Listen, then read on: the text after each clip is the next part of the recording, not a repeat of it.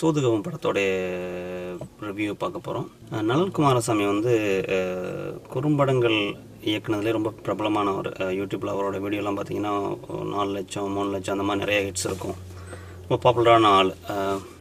So அவர் அந்த படங்களே ஓரளவு தரமாக இருக்கும், நல்ல குவாலிட்டியை மெயின்டைன் பண்ணியிருப்பார். ஸோ அவர் வந்து தன்னை நல்லா தயார் பண்ணிக்கிட்டு இப்போ ஒரு முழுநீள ஃபீச்சர் படம் எடுக்கிறார் அப்படிங்கும்போது ஸோ எப்படி இருக்கும் அப்படிங்கிற ஒரு ஆர்வம் நிறையா இருந்தது.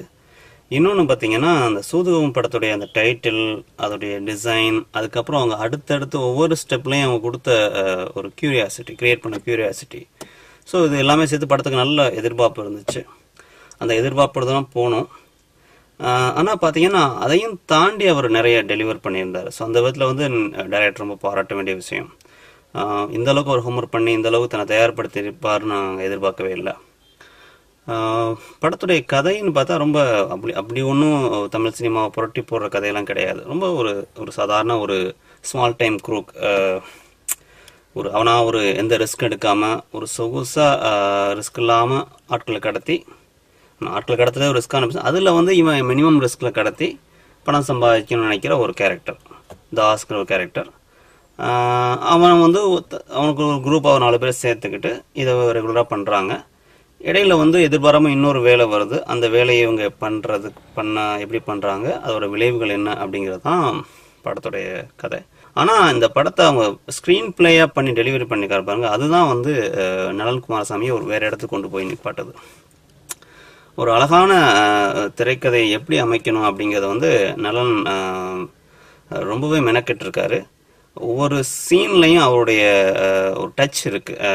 அதை வந்து ஒரு ஆர்டிஸ்ட் பர்ஃபார்ம் பண்ணுறதுக்காக இருக்கட்டும், அந்த சீனுடைய ஒரு கிராஃபாக இருக்கட்டும், அந்த ஒவ்வொரு சீன்லையும் ஏதாவது இன்ட்ரெஸ்டிங் எலிமெண்ட் ஆட் பண்ண அவர் எடுத்திருக்க எஃபர்ட் வந்து எல்லாத்துலேயுமே தெரியுது. அந்த ரிசல்ட் வந்து ரொம்ப நல்லாவே வந்திருக்கு. ஸோ படம் ஃபுல்லாகவே நம்ம என்ஜாய் பண்ணி பார்க்க முடியுது. இப்போ இதில் வந்து விஜய் சேதுபதி இன்றைக்கு இந்த கடந்த ஒரு 1-2 வருஷத்தில் வந்து எல்லாரும் பார்த்து பிரமிக்கிற, பொறாமைப்படுற, எப்படி இவருக்கு மட்டும் இவ்வளோ நல்ல ப்ராஜெக்ட்ஸ் கிடைக்குதுன்னு ஆச்சரியப்படுற ஒரு கதாநாயகன்னா விஜய் சேதுபதி.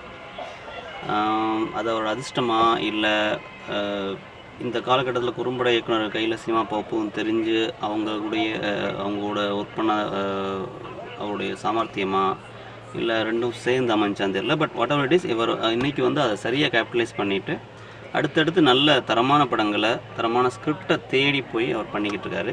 இந்த படத்தை கூட முதல்ல தனக்கு பொருத்தம் இருக்காதுன்னு நல்லா நினச்சதாகவும் விடாமல் போய் தான் கன்வின்ஸ் பண்ணி அந்த படத்தை இந்த கேரக்டர் நான் புரியுங்கிட்டேன் அப்படின்னு அவரே சொல்லியிருந்தார். ஆனால் அதை ஜஸ்டிஃபை பண்ணியிருக்காரு. ஸோ அந்த விதத்தில் வந்து விஜய் சேதுபதியோட கேரக்டரில் இது இன்னொரு அழகான படமாக அமையும். அந்த தாஸ்ங்கிற கேரக்டருக்கு வந்து நலன் வந்து அவ்வளோ அழகாக அதை ஸ்கெட்ச் பண்ணியிருக்காரு.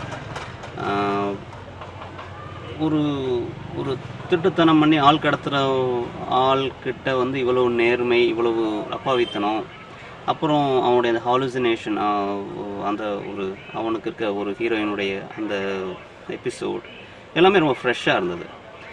ஸோ அந்த விதத்தில் வந்து அதை விஜய் சேதுபதி நல்லாவே உபயோகப்படுத்திக்கிட்டு அதை நல்ல பர்ஃபார்மன்ஸ் டெலிவர் பண்ணியிருக்காரு. கூட ஒரு நண்பர்களாக வர்ற அந்த சிம்மாவாக இருக்கட்டும், அசோக்காக இருக்கட்டும், அந்த ஆர்ஜே ரமேஷாக இருக்கட்டும், இல்லை கருணாவோட கேரக்டராக இருக்கட்டும், எல்லாமே ரொம்ப தெளிவாக வித்தியாசமாக அமைக்கப்பட்ட கேரக்டர்ஸ். ஸோ அந்த டீட்டெயில்ஸ் தான் வந்து படத்தை வந்து முதல்ல ஒரு படத்துடைய தரத்தை நிர்ணயிச்சுன்னு நினைக்கிறேன். ஸோ நலன் வந்து அந்த கேரக்டரைசேஷன் ரொம்ப தெளிவாக ஒர்க் பண்ணியிருக்காரு. ஸோ எல்லாருக்குமே இது ஒரு பெரிய பிரேக்காக இருக்கும். அதே அந்த சிம்மாவுக்கு வந்து அவருடைய அந்த குழந்தைத்தனமான ஒரு அப்பாவித்தனமான அந்த முகம் வந்து ஒவ்வொரு தடவையும் பிரச்சனையில் மாட்டிக்கிட்டு அவர் திருதுன்னு முழிக்கிறதா இருக்கட்டும், அவரை ஹீரோவை நடிக்க வைக்கணும்னு சொன்னோன்னா அதுக்கு அவர் காட்டுற ரியாக்ஷன்ஸாக இருக்கட்டும், எல்லாமே வந்து ரொம்ப இயல்பாக அமைஞ்சிருக்கு, ரசிக்கும்படியாக இருக்குது. ஹீரோயின் அவரை சஞ்சிதா ஷெட்டியுடைய அந்த கேரக்டர், அந்த ஷாலு கேரக்டர் வந்து ரொம்ப இந்த ஒரு முரட்டத்தனமான ஆட்களுக்கு இடையில் ஒரு அழகான ஒரு பொயட்டிக்கான எபிசோடு அது. ஒரு ஹீரோயின் வந்து இந்த மாதிரி ஒரு கேரக்டர் தமிழ் சினிமா யாரும் பார்த்துருக்க மாட்டாங்க, அந்த அளவுக்கு ஒரு ஃப்ரெஷ்ஷான கேரக்டர். ஸோ அதுக்கு ரொம்ப ஆப்டாக இருக்காங்க சஞ்சிதா ஷெட்டி. கொடூரமான போலீஸ் அதிகாரி வர பிரம்மாங்கிற கேரக்டரில் நடிச்சிருக்கு. அவருக்கும் வந்து இது பெரிய சவாலான கதாபாத்திரம். ரொம்ப ஆஃப்டர் கன்வின்சிங்காக அதை டெலிவர் பண்ணியிருக்காரு. ஸோ ஒரு எல்லாரும் பார்த்து பயந்து நடுங்கிற மாதிரி. அப்புறம் இந்த படத்தில் இன்னொரு முக்கியமான குறிப்பிட சொல்ல வேண்டிய ஆள் வந்து இசையமைப்பாளர் சந்தோஷ் நாராயண். அவர் பெட்ஸாலேயே அவருடைய ரேஞ்ச் நல்லா காமிச்சிருந்தார். இந்த படத்தில் வந்து அவர் ஆல்ரெடி ஒரு நல்ல ஸ்கிரிப்டு, நல்ல பர்ஃபார்மன்ஸ் பண்ணியிருக்காங்க. அதை வந்து இவர் தன்னோட இசையால் வந்து இன்னொரு அடுத்த கட்டத்துக்கு கொண்டு போயிருக்கார்.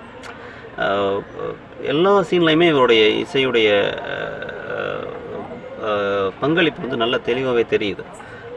அந்த படத்துடைய அந்த படத்துடைய ஓவரால் ஒரு மூடை மெயின்டைன் பண்ணியிருக்கார். படம் ஃபுல்லாக ஒரு கலகலப்பாக கொண்டு போயிருக்கார். ஸோ அந்த விதத்தில் வந்து ரொம்ப பாராட்டப்பட வேண்டிய அவருடைய ஒர்க்கு. காசு பணம் அந்த சாங்காக இருக்கட்டும், படத்தோட தீம் ஆகிற அந்த மியூசிக்காக இருக்கட்டும், அப்புறம் அந்த பேக்ரவுண்டோட மிக்ஸ் ஆகி வர்ற சாங்களாக இருக்கட்டும், எல்லாமே வந்து ரொம்ப கலகலப்பாக இருக்குது. அதே மாதிரி மற்ற டெக்னீஷியன்ஸ், எடிட்டர் லியோ ஜான் பாலாக இருக்கட்டும், கேமராமேன் தினேஷாக இருக்கட்டும், எல்லாருமே இந்த இந்த இந்த ஸ்கிரிப்டோட தரத்தை உணர்ந்து அதை கன்வின்சிங்காக அதுக்கு எந்த அளவுக்கு ஒர்க் பண்ண முடியுமோ அந்த அளவுக்கு பண்ணியிருக்காங்க. அதை ஒரு டைரக்டருடைய ட்ரீமை வந்து ரியாலிட்டியாக கொண்டு போகிறதுக்கு முழு உழைப்பை கொடுத்துருக்காங்க. ப்ரொடியூசர் சிவி குமார், திருக்குமார் என்டர்டெயின்மெண்ட், அவருக்கு வந்து இது 3வது படம். ஹேட்ரிக் வின்னு சொல்லலாம். அந்த அளவுக்கு ரொம்ப கன்வின்சிங்காக சொல்லி அடிச்சிருக்காங்க இந்த சூதுகவும் படத்தில்.